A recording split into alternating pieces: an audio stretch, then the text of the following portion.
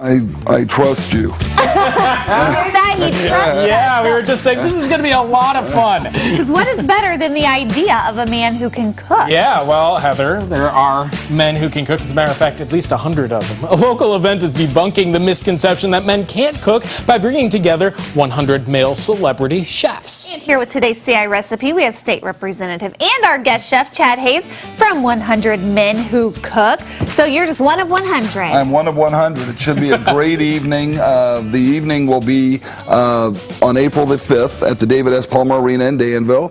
$60 per person, $450 for a table. I know they're trying to sell about 400 tickets. I think 250 of those are already sold. So it should be a spectacular evening, a lot of fun, and a lot of men who, some of them may be known as cooks throughout the Vermilion County area, and some, like myself, may be coming out of the closet as a cook. Oh, so there you go. So it's all for a great cause, though. It's for a wonderful cause. It's for Presence United Samaritans Medical Center. It's actually Presence United Samaritans Medical Center.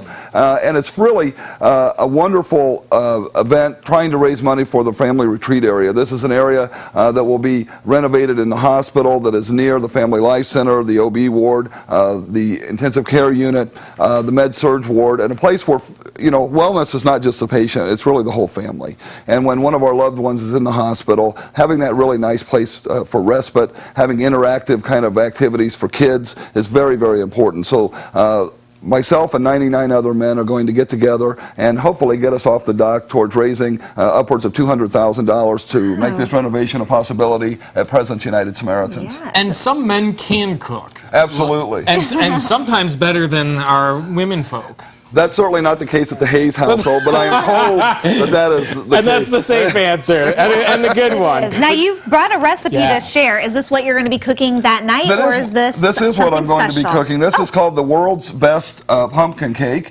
and I've kind of got the ingredients here. They're really pretty simple ingredients. It's just a regular box of yellow cake, a 15-ounce can of pumpkin, condensed milk, Cool Whip, the topping, caramel-flavored Smucker's topping, the Heath toffee, and it's really pretty easy to do. And I've gone ahead and done the baking portion. So you mix the cake and the pumpkin spice together, and you cook that at 350 for about 35 to 45 minutes. So I've gone ahead and done that so we can sample it a little bit later on. And you really go ahead after you do the baking and poke holes in it. I was going to say you've aerated your cake. I've aerated the pan, so you can see I poked holes in it with a wooden spoon. Pull that up one more time so people can get a good look. Now, you know, with the title, The World's Best, this cake has a lot of pressure on it. There is a lot of pressure. I know that, and that maybe I should have maybe tamped down the name a little bit. But so you poke holes in the top. I've already put some of the condensed milk on the top. But what we do is the reason for the holes is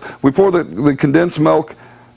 We can get it rolling here. It's condensed, so condensed, it's a little slow coming out. So we just pour it. We just pour it over the top of the cake. There it comes. There we go. And the reason for the holes, of course, is the condensed milk works its way into the cake, and we've done that on most of this. And then we cool the cake for an hour or so. And so we're really at that point now where we're ready to put the topping on, and the Cool Whip topping. We will do that. We will sample it a little bit later on, and we'll let you be the first to judge if it is the world's best. What was your inspiration for this cake, though? This is a recipe that I actually learned, believe it or not, Tracy Petersack, who works in my district office, does a terrific job for the constituents of the 104th District, brought this to work a little over a year ago, and I just thought it was terrific. So I borrowed the recipe from a coworker, and it's something that's easy to make, and you can do it rather quickly, and so we will give it a shot. Okay, we're gonna make the icing in a little bit, but if you want to find out more information about 100 Men Who Cook by visiting the Palmer Arena website via our website, sayliving.tv. So stick around. Terrific. Okay. Well, we want to know which dish you believe Joe made. We were telling you a little earlier.